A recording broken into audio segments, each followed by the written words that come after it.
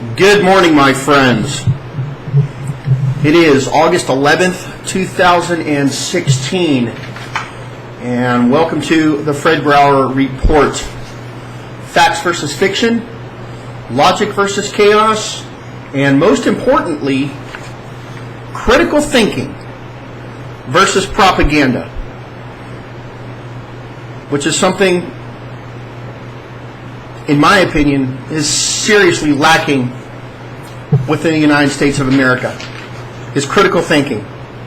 And what we have a plethora of is propaganda. And I think it's important that we get very, very busy disseminating between the two. Now, I would love, I'm looking forward to the day, really, where I can actually turn on this microphone and say something positive. I really am. I am so tired. I'm just so tired of seeing bad news. But as long as the likes of Barack Obama and Hillary Clinton and Nancy Pelosi and Harry Reid and all of the other Marxist, liberal, radical, progressive, socialist, Democrat, libtarded purveyors of this cesspool, this slimy, disgusting, backstabbing cesspool of corruption that's known as Washington, D.C., as long as that exists, we're not going to have a good day. We're just not going to. And today is no different. The past 24 hours have put forth two more glorious examples of the corruption that surrounds this administration, this Democrat Party. And specifically, with the two examples I'm thinking of right now that just happened in the past 24 hours. This is brand new. The Department of Justice, or injustice, or lack of justice, or social justice, it's not the Department of Justice, that's for sure, has just shown their hand again, twice, in just the past 24 hours.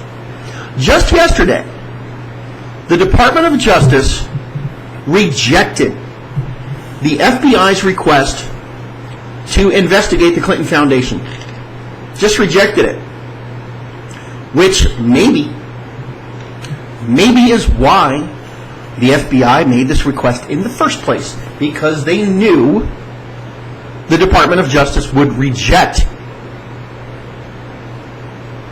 under the leadership of Barack Obama and his appointed lackey, Loretta Lynch. Maybe Comey was sure that this is exactly what Loretta Lynch would do, is reject any investigation into the Clinton Foundation, which is corrupt as hell. We all know that. But in the meantime, the Department of Justice did have time to throw the Baltimore City Police Department under the bus. The head of the Civil Rights Division, Vanita Gupta, delivered her remarks at a press conference just yesterday, announcing the findings of the investigations into the Baltimore Police Department. And I'll read it to you. This is right out of and I'll provide the link to the full report under this video. This is great. This is just, I tell you what, if you live in Baltimore, if you're one of the good citizens in Baltimore, and believe me, and I know this for a fact, this is a fact, there are thousands of good, hardworking individuals in the city of Baltimore, Baltimore City, and Baltimore County for that matter. Okay? Let's not demonize a whole city for 2,000 or 3,000 thugs, many of whom were even under 18. But it's a minority of thugs and a majority of corrupt Democrat leadership that has made Baltimore what it is right now, okay? There's thousands of people there working hard and raising families that actually, a lot of them probably can't move because they got kids in school and they got jobs and they got bills and they got mortgages and they're stuck. I know a few myself personally that if they could move, they would. But on to the report. Today, the Department of Justice announces the outcome of our investigation and issues a 163-page report detailing our findings. We conclude that there is a reasonable cause to believe that the Baltimore Police Department engages in a pattern or practice of conduct that violates the Constitution and federal anti-discrimination law. Baltimore Police Department engages in a pattern or practice of making unconstitutional stops, searches, and arrests, using enforcement strategies that produce severe and unjustified disparities in the rates of stops, searches, and arrests of African Americans, using excessive force, and retaliating against people engaging in constitutionally protected expression. The report goes on and on and on from there, but clearly, the Department of Justice has the time to demonize police forces that are dealing with, and believe me, I also know this, I know this for a fact too. The Baltimore Police Department is dealing with an overwhelming amount of crime and violence and murder. The homicide rate in Baltimore is off the charts. It's one of the highest in the nation. But see, here's a problem, folks, and this is the thing that liberals never want to recognize. Criminals don't have a set of rules. Okay? They have no laws, they don't abide by any laws, they don't have a set of rules to go by, and police departments do. Their job is, it's almost impossible. It's almost impossible. So I find it incredibly hypocritical that the Department of Justice has the time and the manpower and the resources to spend this much effort tearing down a police department that is already overwhelmed. But they don't have the time to investigate a multi-million-dollar criminal organization like the Clinton Foundation. And now we know why Barack Obama put Loretta Lynch in that place. What astounds me is why a Republican majority in the Congress confirmed her. It astounds me why a Republican majority overwhelmingly confirmed Hillary Clinton for Secretary of State. This is where the Republican Party shares responsibility. They just stood there in Congress like a bunch of idiots, golf clapping. Yes, we confirm Hillary. We confirm Loretta. Hardly a fight. Hardly a fight. This is crucial to the citizens of Baltimore, and it's crucial to the citizens of every major city. The federal government does not have the backs of law enforcement in this country. That, my friends, is an epic, epic problem. When the top leadership of the nation acts as if law enforcement in this country is the problem,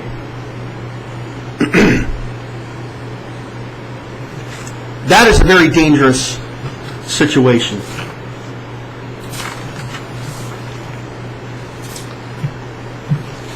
A Muslim flight attendant has sued ExpressJet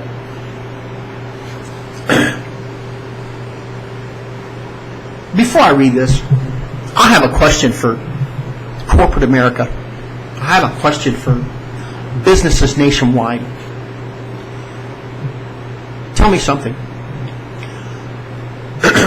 If your business deals with alcohol or pork, bacon, ham, beer, vodka, if your business deals with these kind of things in any way, ever, I don't care if it's retail on a shelf, like at Target, for example,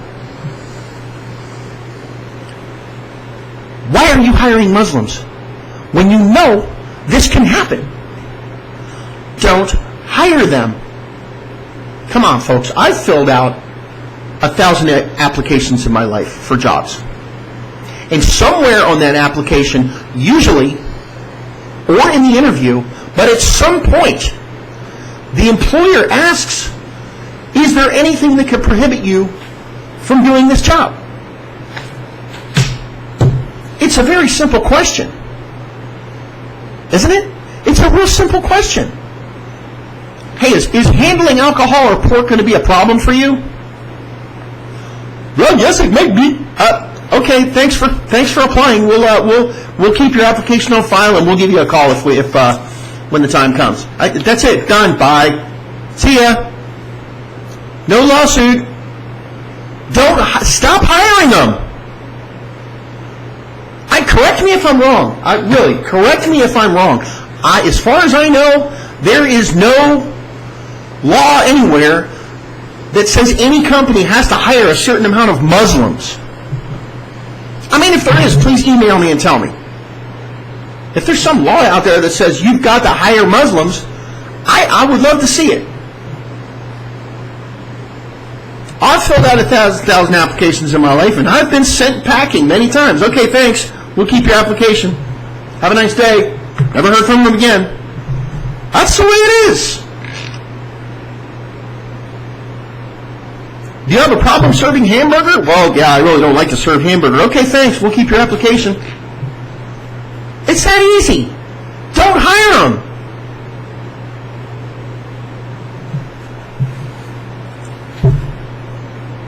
The Council on American Islamic Relations, Michigan chapter, hello. There you go. Announced today it filed the lawsuit last week on behalf of Cherie Stanley. Cherie Stanley? Okay. I like to know if she was born in Pakistan or she's a Muslim convert. My guess is she's a Muslim convert, but haven't been able to find that out yet. The other thing that kills me is, it's CAIR. Again, it's CAIR. The Council for American Islamic Relations. American Islamic Relations. But they spend half of their time suing American businesses. Gee, I wonder how CAIR makes its money. This kind of thing is easily avoidable, folks. Stop hiring them. That's it. Just stop hiring them. Don't give them a job.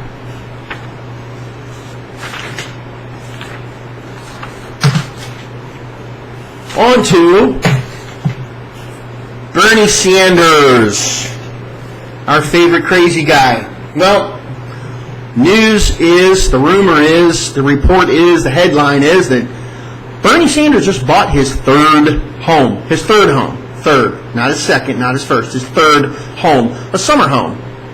For $600,000. A $600,000 home. Now, actually, I don't really have a problem with that, per se.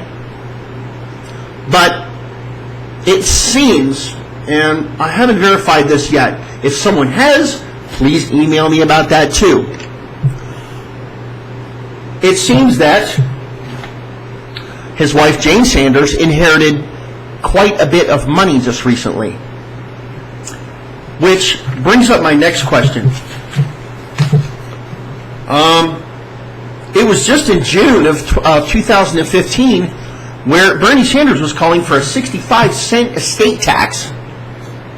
I wonder how he would feel if that had already gone into effect. That would probably be pretty disappointing, and he probably wouldn't be buying a $600,000 third home if it had. But what gets me is this this constant, unending barrage of demonizing the top 1%. We already know the top 1%, the top 3% even, is shouldering the burden, the bulk of the burden of income taxes in the United States of America. But I find it very interesting that socialists like Bernie Sanders always go after the top 1%, because I did a little bit of mathematics here. And Bernie Sanders' income between 2007 and 2016 was $174,000 a year, for a total of $1,566,000. Now, his wife, Jane Sanders, whom you never heard about her income, did you? Yeah. Guess what? She was the president of Burlington College in Vermont from 2004 and 2011, where her salary was $160,000 a year, or total income in those years of $1,120,000. That makes their combined annual income from 2004 to 2016 $2,686,000, or the top 5% income bracket. How about that? See, the thing about socialism is, and you can go, I don't care what socialist country you look at, that is where you will see real income, real income divides. There's rich and there's poor. And what middle class there is struggling like no one in the United States has experienced yet.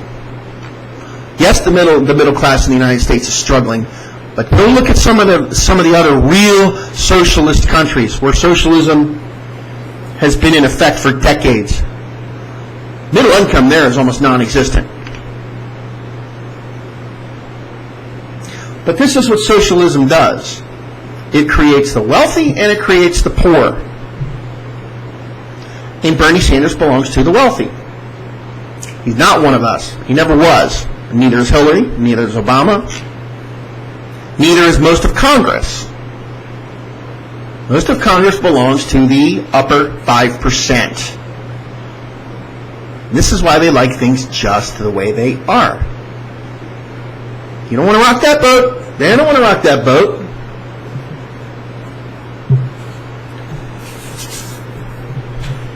Listen, folks.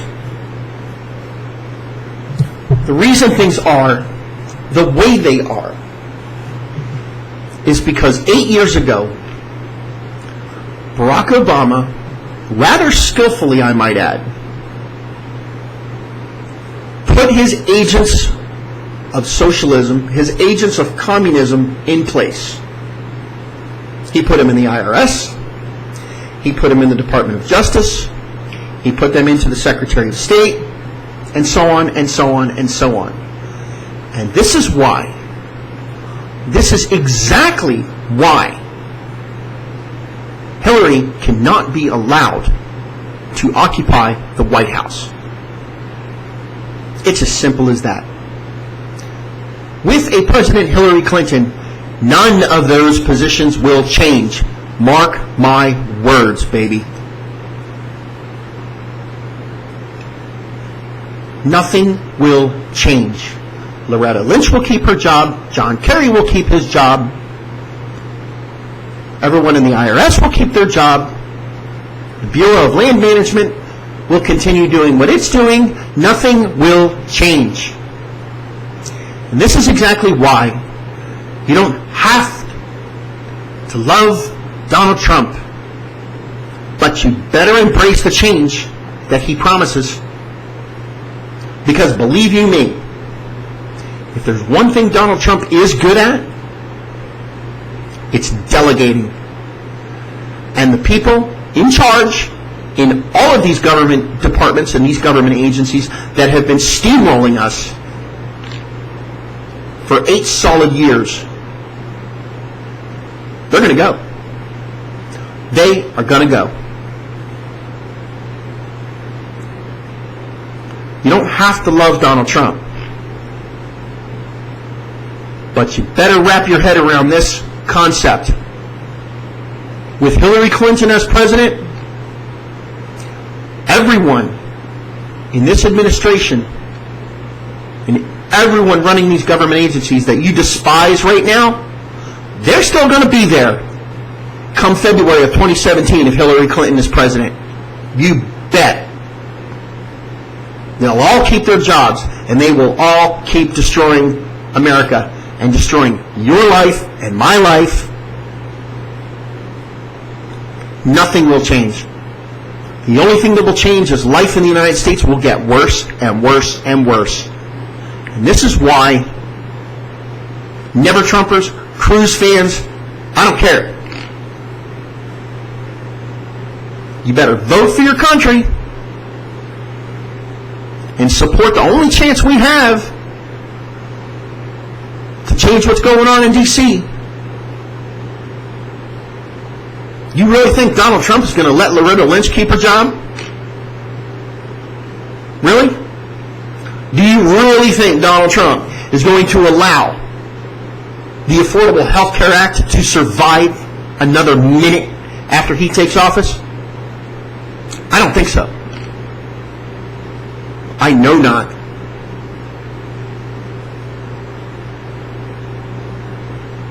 This is why, this is exactly why everyone in D.C. is scared to death of Donald Trump. Because most of them are going to lose their jobs. They are going to lose their jobs, and they're going to lose their cushy $175,000, $200,000, $250,000 a year jobs and their lifetime pensions and their lifetime health care. They're going to be fired.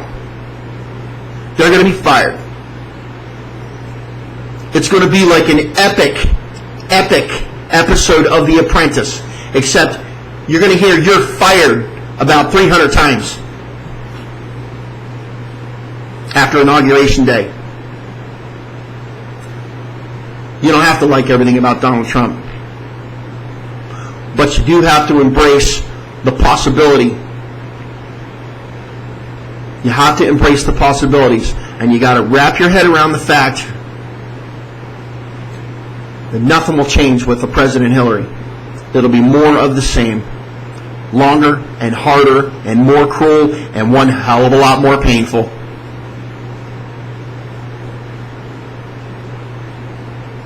She's not even in office yet. She's not even in office yet, and she is commanding. She's commanding the actions of the F.B.I. She's commanding the actions of the media. She's commanding the actions of the Department of Justice. Yeah, I would love to have been on that plane. I would love to have been on Loretta Lynch's plane when Slick Willie walked up there. I can just hear it now. Hey, Loretta. You know what to do about that investigation, right? Do the right thing. Yeah. I had no doubt in my mind Slick Willie went onto that plane to give her a heads up about the investigation into the Hillary Clinton Foundation that was on its way. You think the Clinton clan didn't already know about that? Come on. They're way ahead of the game. They've been playing this game for a very, very long time. And they've made hundreds of millions of dollars doing it.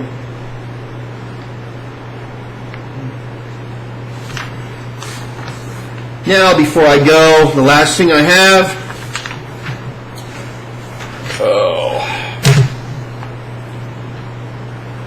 I think I'm going to call this my Facebook Hall of Shame. And, I thought I would start doing this because every 5 minutes I see something moronic or treasonous or so utterly ridiculous on Facebook. And you know what? I think it's time to start calling these people out. I really do. And listen, turnabout's fair play. You want to call me out, go for it. Have at it. But here's a simple fact. The minute you put it on Facebook, well, it becomes public information. I think we all know that by now, right? The minute you post it on Facebook, it's gone. It is gone. And it is public information for anyone to share as much as they want. So I think that's what I'm going to do. I do think that's what I'm going to do. This particular tidbit comes from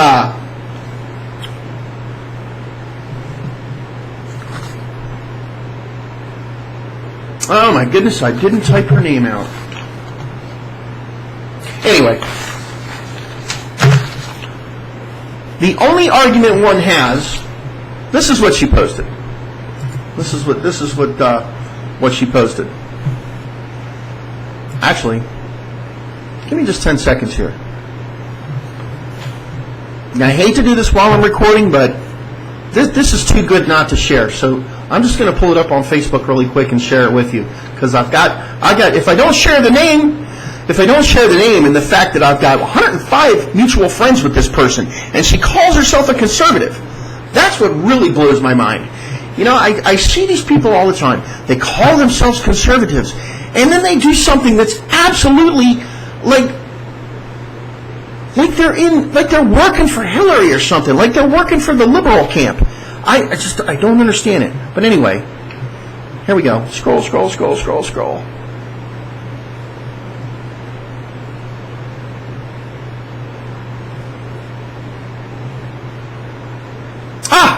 That's it. I know, I have some timers. I think, names escape me sometimes. This is from Christy Mallory, cute little blonde from Allen, Texas. And she writes, this is beautiful, you're going to love this. The only argument one has for supporting Trump is that he's better than Hillary. I respect that choice. Hold on to that one. I respect that choice. However, if you supported Trump in the primary, please delete me as a friend. Because you are clearly not a conservative with principles. He's an absolute embarrassment. You know, the problem is, there's millions of people that call themselves conservatives that are talking like that. Listen, folks, if you're still on this bash Trump bandwagon, you're not getting it. You're not getting it. Like I just explained. There are two choices. I know there's a couple more that you could write in. You can write in Mickey Mouse for that matter. But Mickey Mouse isn't going to win. And neither is Cruz, and neither is Kerry Johnson, and neither is this new schmuck that used to work for the CIA. They statistically cannot win. The only thing that can accomplish is taking votes away from Donald Trump. And like I just said, with the President Hillary Clinton, you will keep every single corrupt individual that is working in D.C. right now, because they were all hired by Barack Obama. Hillary's not going to get rid of any of them. They share the same mindset as Obama. Obama shares the same mindset as Hillary. Hillary shares the same. Are you understanding me? The only chance we have for handing out a couple hundred pink slips in Washington, D.C. is to get Trump into the White House. So, Christy Mallory, I'm sorry to be so blunt, but you're an idiot. Use your head. Maybe some critical thinking. Okay? Now, the last thing of the day I want to talk about. There's a woman on Facebook, and she just blocked me, by the way, because, I disagreed with her. But she describes herself as a sovereign citizen. None of the laws in the United States that inconvenience her apply to her. If a law inconveniences her in any way, then suddenly it's unconstitutional. This is like the basic mantra of the sovereign citizen movement, okay? What the sovereign citizen movement equates to is anarchy. They don't want to pay taxes. They don't want to have driver's licenses. They don't want to have tags on their car. Whatever inconveniences them, it becomes an unconstitutional law. Besides the fact that, well, there were no cars when the Constitution was written, so, see what I'm getting at? Now I'm going to call this one out too. And Facebook is probably going to blow up. The Oath Keepers are going to come after me, and the 3%ers are going to come after me, and all of the people that were going crazy about the standoff in Burns, Oregon are going to come after me. But the fact is, the sovereign citizen movement in and of itself is unconstitutional. It's unconstitutional. Our nation is a sovereign nation. Sovereign meaning ultimate power. A citizen cannot have ultimate power. We are all citizens of the Constitutional Republic of the United States of America, which means no citizen has sovereign power or the ultimate power. The law of the land is the Constitution. I don't know how to make it any clearer than that. Now, granted, I will grant you, there are 1,000 instances, a million even, of federal overreach and tyranny that take place across the nation all the time.